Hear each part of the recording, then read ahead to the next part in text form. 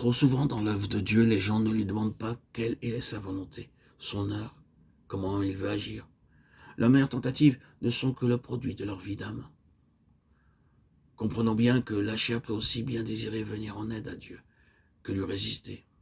La vie de l'âme peut manifester du zèle pour Dieu, concevoir des plans pour éveiller l'Église de Dieu, avoir des projets pour étendre son royaume et lutter pour gagner beaucoup de pécheurs.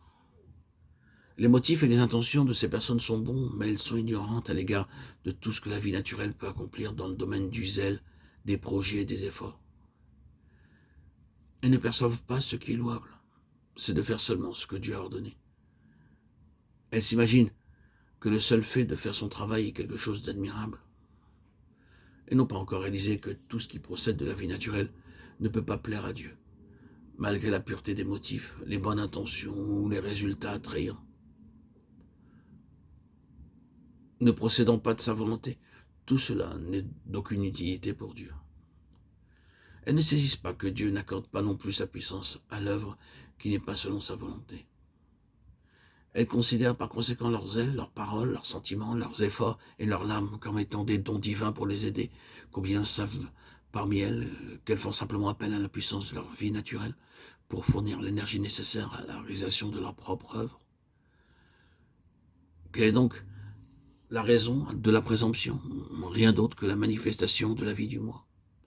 Bien que beaucoup obéissent à ce qui leur est ordonné, leur cœur ne se satisfait pas de la volonté de Dieu, parce qu'ils affectionnent toujours leur propre idée. Ils ont donc tendance à agir présomptueusement quand le Seigneur demeure silencieux. Permettez-moi de dire qu'à moins que nous ne jugions notre chair et ne laissions la croix traiter notre vie naturelle, la vie du moi, nous pourrons peut-être d'un côté lutter pour obéir lorsque Dieu ordonnera, mais de l'autre côté, nous agirons certainement selon notre propre pensée, même si celle-ci est désapprouvée. Être présomptueux dans l'œuvre du Seigneur ne signifie pas nécessairement avoir de mauvaises intentions. Avant notre conversion, notre vie propre n'aimait pas servir Dieu. Mais une fois sauvés, nous aimons le servir.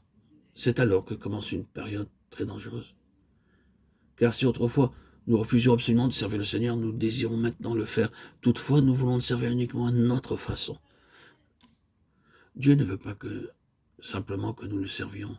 Il demande aussi à être servi selon les voies voulues par lui seul. Combien de fois son peuple s'est trompé en pensant que Dieu veut uniquement le service, en laissant à l'initiative des hommes la manière de le faire?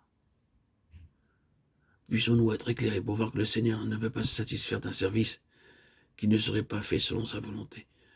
Bien plus encore, nous devons aussi nous assurer que le moment et la manière de procéder dans ce travail ont aussi été ordonnés par le Seigneur.